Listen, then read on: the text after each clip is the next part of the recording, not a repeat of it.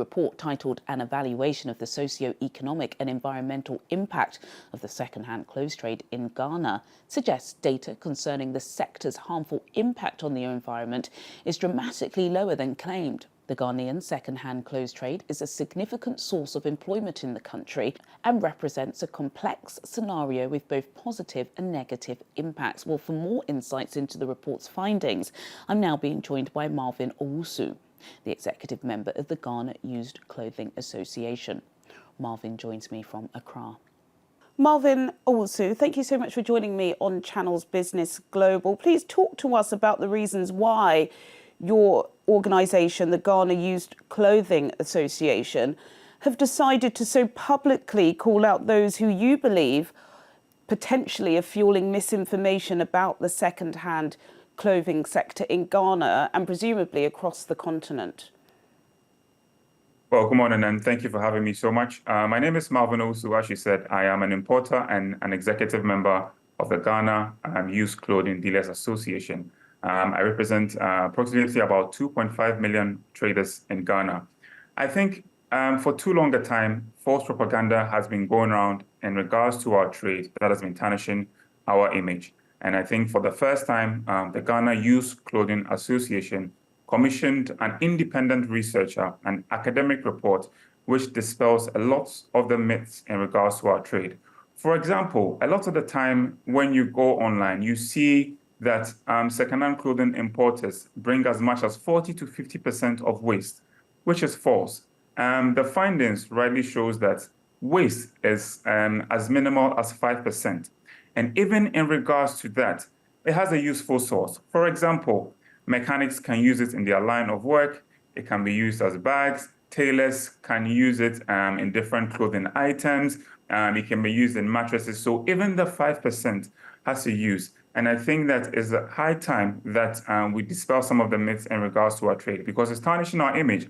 And honestly, when you even look at textile waste, the percentage of textile waste in Accra is 1.7 to 2.2%. Wow. That even comprises of second-hand clothing. But the norm always seems to be as if second-hand clothing is the biggest producer of waste. And general waste cannot be equated to second-hand clothing.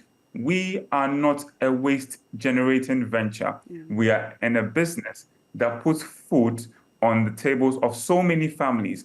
Second-hand clothing is one of the businesses that does not discriminate. And I say that because those in the low-income level are involved, those in the middle-income level are involved, those in the high-income level are involved. So it's high time that we discuss some of these myths, which is putting a bad repute on our businesses.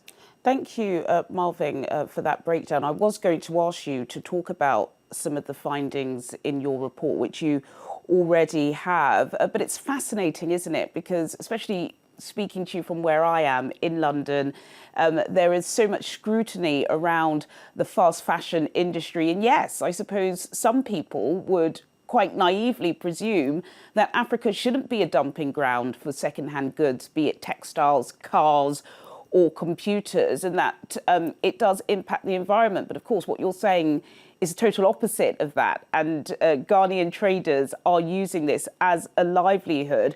How do you argue against those who say by bringing in all of these second-hand goods, you're taking away from local manufacturers, textile and garment producers? I think it's important to know that it's always important to have a competitive relationship in any industry, a healthy competition. So the second-hand clothing does not impinge on the local industry. And also, if we were supposed to leave the local manufacturing sector just to produce clothes for us, we're going to have a huge gap, a huge clothing deficit. And we, the Second-Hand Clothing Society or the industry, are helping to plug that gap. And it's important to know that it's a healthy relationship that we have. We are not impinging on the local side of things. And also, just to mention that sometimes it seems as if the West are exporting waste to us. I'm Ghanaian. Our Ghanaian people, we have good taste. We also want to wear clothes that will make us feel good. of course, for whatever reason, we might not be able to afford it when it's at its high price. But when it comes to secondhand clothing, so many good brands are affordable, and people at the low income level, people at the medium income level, people at the high income level are able to afford it. So we are not a dumping site. And the business model even does not work for you to say that 40%, 40 to 50% is waste. Number one, that means that I am importing and being taxed on waste because, in terms of the revenue, the latest figures, and one of the findings was that the secondhand clothing industry in Ghana generates $29.5 million annually in taxes to the government. Which business person is going to import and be taxed such huge amounts and have their stock or inventory level as high as 50%? The business model does not work. There's no viability in that. So it goes to show that those who propagate such false information is not backed by data, is more of PR reports. And that is why, for the first time, we have used an academic source report to dispel some of these myths. And I'm glad we really did this.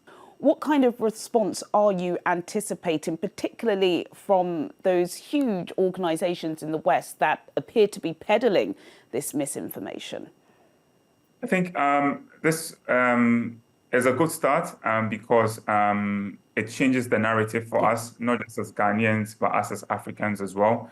I think it creates a bigger picture of what really is the norm, because it's very important that you always hear from the source of those involved in the trade.